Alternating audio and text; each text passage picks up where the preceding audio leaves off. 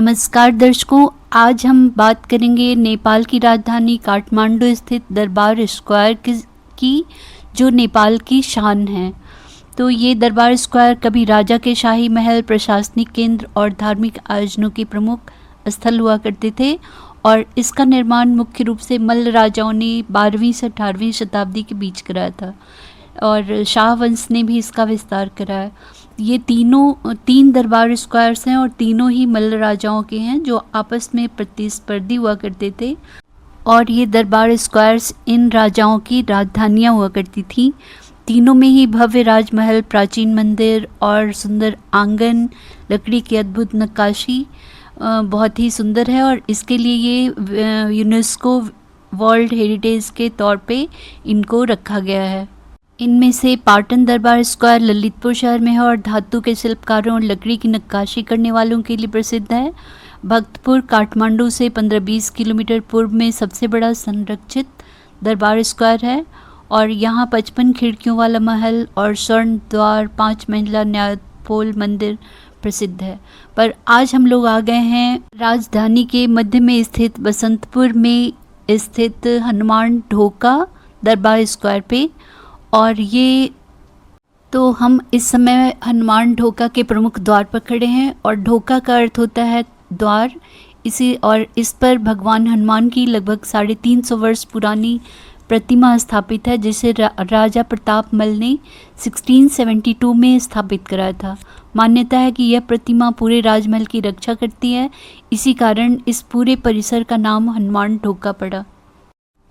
यहाँ कई प्रसिद्ध धार्मिक और सांस्कृतिक स्थल हैं जिसमें सबसे प्रसिद्ध कुमारीघर, तलेजू मंदिर, काल भैरव मंदिर की विशाल प्रतिमा, जगन्नाथ मंदिर और कई अन्य ऐतिहासिक मंदिर हैं और लोगों की चहल पहल से ये पूरा एरिया शाम को भरा हुआ होता है। हालांकि 2015 के भूकंप में इन मंदिरों को और इमारतों को काफ़ी नुकसान पहुंचा, पर बाद में काफ़ी हद तक इन्हें संभाल लिया गया। मंदिर द्वार से प्रवेश करते ही सबसे पहले पुराना राजमहल दिखाई देता है और यह लगभग 5 एकड़ में फैला कई आंगनों, दरबारों और संग्रहालयों का समूह है। कभी यहीं से नेपाल पर शासन किया जाता था और यही राजाओं का राज्याभिषेक भी होता था।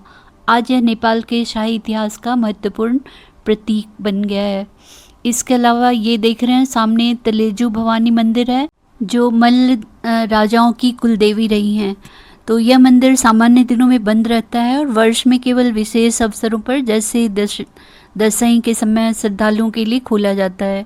इसकी बहुमंजिला पैगोडा शैली वास्तुकला में अद्भुत है।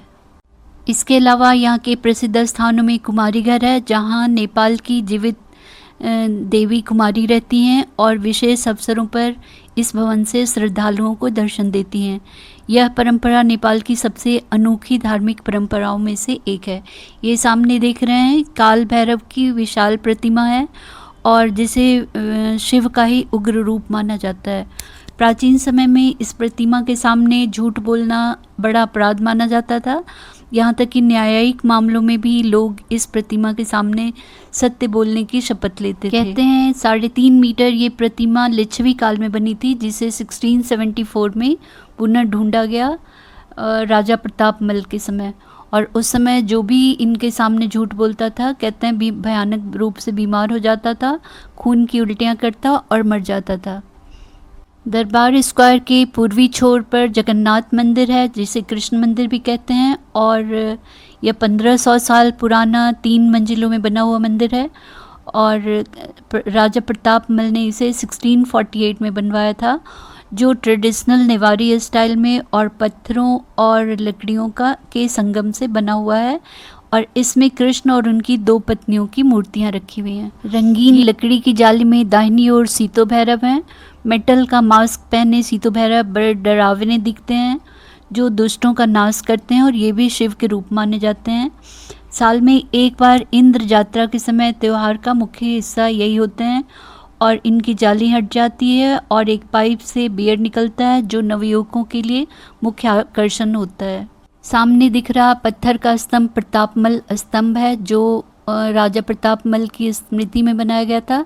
इसके ऊपर राजा अपने परिवार सहित हाथ जोड़कर विराजमान दिखाई देते हैं और ये उस समय की कला, श्रद्धा और राजशक्ति का प्रतीक माना जाता है। यहाँ स्थित नासल चौक राजमहल का सबसे प्रसिद्ध आंगन माना जाता है और यहीं नेपाल के राजाओं का राज्याभिषेक संपन्न होता था। चारों ओर बनी पारंपरिक नेवारी शैली की नक्काशी इस स्थान को और भी भव्य बनाती हैं। यहाँ स्थित शिव पार्वती का मंदिर भगवान शिव और माता पार्वती को समर्पित है, जिसकी सबसे खास बात है कि ऊपरी मंजिल की खिड़की से शिव और पार्वती की प्रतिमाएं भक्तों को निहारती हुई दिखाई देती हैं। मंदिर की बारीक नेवारी लकड़ी की नक्काशी इसकी सबसे बड़ी विशेषता है। यहीं स्थित बसंतपुर टावर राजमहल का ऊंचा प्रहरी टावर हुआ करता था। यहाँ से पूरे काठमांडू शहर पर कभी नज़र रखी जाती थी।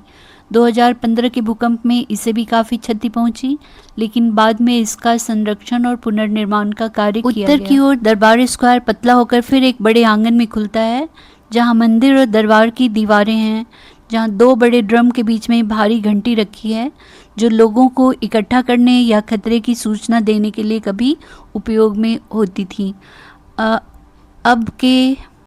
अब ये केवल दशहरे के त्यौहार पे बजता है। इस तरह से यहाँ पर कई मंदिर, आंगन और राजमहल हैं और इस महल के कुछ हिस्सों को संग्रहालय में बदल दिया गया है। यहाँ स्थित त्रिभुवन संग्रहालय में नेपाल के राजा त्रिभुवन से जुड़ी कई दुर्लभ वस्तुएं, तस्वीरें, शाही जीवन की झलक देखने को मिलती है। वहीं महेंद्र संग्रहालय में राजा महेंद्र के निजी सामान, शाही परिधान और ऐतिहासिक दस्तावेज वगैरह प्रदर्शित किए गए हैं। यहाँ स्थित महादेव मंदिर, जिसे माजू देवल भी कहते हैं, यह भी एक दर्शनीय मंदिर रहा है जो 2015 के भूकंप में क्षतिग्रस्त हुआ था। इसी के बगल में गद्दी बैठक है, जो 1900 में राणा शासकों के द्वारा बनवाया गया था और इसे भी 2015 में कुछ नुकसान हुआ, पर इसकी नींव लिच्छवी राजाओं के समय की रही है। इसकी नई रचना का आर्किटेक्चर लंदन नेशनल गैलरी से प्रभावित है। यह स्थान भी राजाओं के राज्याभिषेक, प्रशासनिक केंद्र और धार्मिक आयोजनों का प्रमुख स्थल रहा है। जैसा कि आप जानते हैं, नेपाल दुनिया का सबसे प्राचीन स्वतंत्र देशों में से रहा है और यहाँ लिच्छवी, किरात और मल्ल वंशों का शासन रहा। लिच्छवी काल 4वीं से 9वीं शताब्दी तक थी, जिसमें जो नेपाल का स्वर्ण युग माना जाता है, जब उस समय कला, संस्कृति और व्यापार का खूब विकास हुआ था। इसके बाद मल्ल राजाओं ने भी विशेष रूप से काठमांडू घाटी में मंदिर, महल और अनेक ऐतिहासिक धरोहरों का निर्माण कराया। 18वीं शताब्दी में पृथ्वी नारायण शाह ने छोटे राज्यों को एकजुट कर आधुनिक नेपाल की रचना की और जिसकी वजह से ये जो 3 दरबार स्क्वायर्स हैं, वो तीनों ही 3 मल्ल राजाओं की राजधानी हुआ करती थी, पर अब ये सब एक में मिल चुका है। जहाँ तक इतिहास की बात करें, 1846 से 1951 तक नेपाल में राणा वंश का शासन था, जिसमें राजा केवल नाम मात्र के शासक थे। 1951 में लोकतंत्र की शुरुआत हुई, पर अस्थिरता बनी रही। 2008 में लगभग 240 वर्षों पुरानी राजशाही समाप्त हो गई और नेपाल को एक संघीय लोकतांत्रिक गणराज्य घोषित किया गया। आज नेपाल 7 प्रांतों वाला एक लोकतांत्रिक देश है, जो अपनी हिमालयी पर्वतमालाओं, समृद्ध संस्कृति और धार्मिक विरासत और दुनिया की सबसे ऊंची चोटी माउंट एवरेस्ट के लिए विश्व भर में प्रसिद्ध है। तो यहाँ देख रहे हैं कितनी भीड़ भाड़ होती है, शाम को काफ़ी चहल पहल होती है और लोग यहाँ आकर एंजॉय करते हैं। तो आपको भी अगर नेपाल आने का मौका मिले तो काठमांडू का यह स्थान ज़रूर देखें। यहाँ चारों ओर रौनक रहती है। कुछ लोग मंदिरों के आगे शांति से बैठना पसंद करते हैं, कुछ घूमना पसंद करते हैं और कुछ लोग पास स्थित मार्केट में ख़रीदारी भी करते हैं। तो एक तरफ महल हैं, दूसरी ओर मार्केट्स भी हैं, तो आपको जो पसंद आए वो यहाँ आप कर सकते हैं और कुछ नहीं तो शांति से बैठकर इस जगह को एंजॉय कर सकते हैं।